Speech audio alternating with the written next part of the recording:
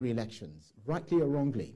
At a meeting with the Progressive Governors Forum at the Aso Presidential Villa, Abuja, President Buhari told them that he is soliciting their reciprocity and support in picking his successor, who would fly the flag of the All Progressives Congress in the 2023 election. Quite interesting, BQ. Let me start with you. I remember soon after the APC convention that produced the incumbent chairman of the party, I remember asking you whether the president might want to toe the line of consensus candidate for the APC primary. But you said the president... I can't even remember exactly what I said. All I've always said was that it does not make any sense at this stage to be thinking of consensus. I want to see the delegates choose the candidate of the party. I don't want to see the president and a few powerful people in the party decide for everyone. Because at the end of the day, when you are talking about consensus, as we saw at Eagle Square the other day, consensus does not mean unanimity. It doesn't. Consensus does not mean unanimity. The fact that somebody has been thrown up as consensus candidate does not mean that everyone is happy to have him as the candidate of the party. In fact, in most cases, you leave people extremely displeased. We saw people crying like a baby on the podium the other day because their hopes were dashed.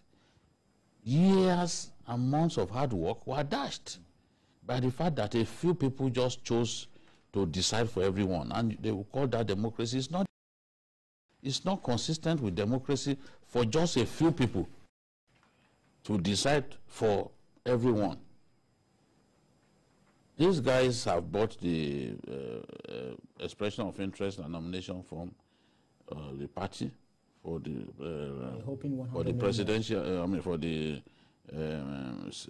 For the position of president. So let them contest. Let them slug it out. Why is anybody afraid of a contest, a flat-out contest? That's what I want to see. And we saw it at the PDP convention. It was a success, a huge success, that has now thrown the ball straight into the court of the APC. In sports, we will say that right now, the greater pressure is on the APC, because they now have to match what the PDP has done. The PDP has chosen their own standard bearer. The APC must match it by choosing their own, and they must choose their own without any form of rancor. At least on the at the MQ Abiola Stadium, we didn't see evidence of rancor. Wike may leave the place and start talking about a governor who won with only 300 votes. I mean, even one vote still amounts to victory. You know, that was clearly a dig at Tambua. But we didn't see any form of rancor at the venue of the convention. That's what we want to see. But if we try to force someone on everyone, and that person is not popular, you are going to bring down the party. The party will collapse on your head. Politicians must learn from history. That ruler and as a civilian ruler. Rawlings, charismatic, popular, a proper Ghanaian hero. And so he felt that it was up to him to choose his successor. What did we see? His vice president of many years, Atta Mills, was the person that he wanted to succeed him. But the Ghanaians said, no, you are our hero, we love you so much, but you are not going to decide for us. You are not going to bring your own, you are not going to decide who your successor is all by yourself. And what did they do? They rejected the Rawlings' candidate by a whopping 15%. And I can tell you a lot of those issues that made the Ghanaians to take that decision, they are present today. So APC must do what is right. Act sensibly. If you choose anyone who is not popular because that is the person that you like and not the person that the majority likes, Atiku would defeat your candidate resoundingly. He is capable of doing that. He has the capacity to do that. He can be defeated if we find the right candidate, the right running mate. He can be defeated. But if we choose someone who is not strong enough, out of sentiment or anything, he will earn an unassailable victory. Let people remember that I dropped that piece of warning for the APC today. We are historians, and we don't forget things easily. But the politician is very forgetful. He's thinking of his goal. He's thinking of himself. So he has no time. That is why they make a lot of mistakes.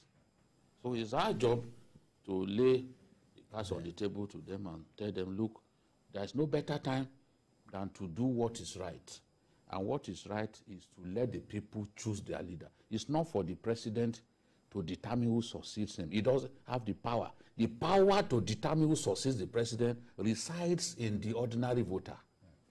All right, Kolawole Johnson. Well, there was a time the president granted an interview to journalists, and he said that if he mentioned the person that he might be supporting, the person might be killed. And again, we had him. He didn't say anything about that until recently, just yesterday, when we had him that he should be allowed to choose his own successor. What came to your mind when you heard that? Very well. I think a time will come in this country when we won't be discussing PDP and APC. Of course, I think they've stayed they've stayed enough on the stage. We should be having fresh ideas now. However, if we are bound by circumstances to keep discussing them for now, we don't have a choice. So what comes to my mind when the president said it should be allowed, that they should allow him to choose his successor? I think it is not a surprise to me. First, I think I spoke somewhere not too long, and I said the president is a military man. Don't take that away from him. And they have a strategy of keeping their game close to their chest.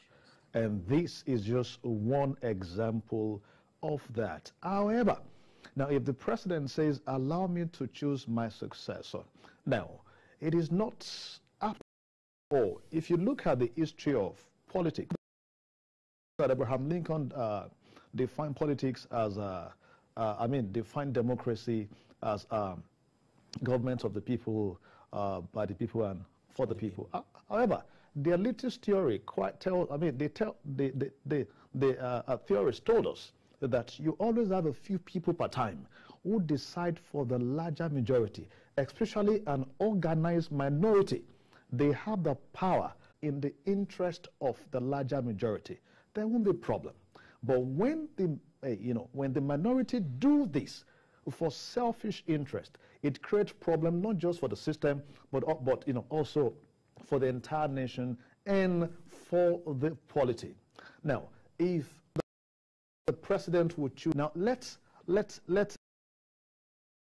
extrapolate and put and try to examine what he has done thus far, the decisions he has made in government thus far. If we are going to use his antecedent in terms of decision making to judge, then I think we may have reasons perhaps to start nursing some fears. And in whatever shape it takes, there would always be the final drama where whatever has been agreed upon, they will come open also to choose. So we are still going to have a semblance of a democratic system when we know that the action has been taken in. And do not forget that you have a race that is populated by a lot of pretenders. So you now see some particular group of people championing consensus. Now, when you see those who are loud, who are the loudest folks on consensus, then you ask, is it that you cannot face the election by yourself? And so, if actually you're popular, you're not going to be so happy to his legacy. Then you ask, what exactly is the legacy that we should be protecting? The insecurity of the economy meltdown? You know, I asked a question from some folks 2 days ago when we're, you know, talking about one of the aspirants. And my question is, even if this man is chosen, he will come to the public space, we will ask him question.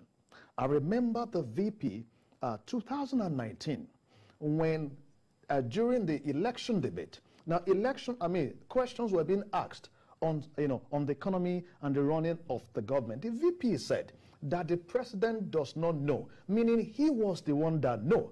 So, meaning that he was in charge of the economy. So we're going to ask questions from whoever emerges at the end of the day. So if you're looking at the fact that the president wants somebody who can, you know, who can carry on with his legacy, so we should start asking the legacy. If campaigns were made on three, you know, tripod, the economy, anti-corruption, and security.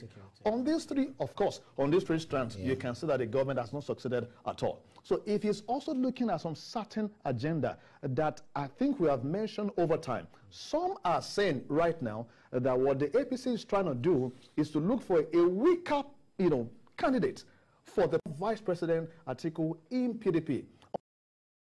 You can't take anything away from politicians.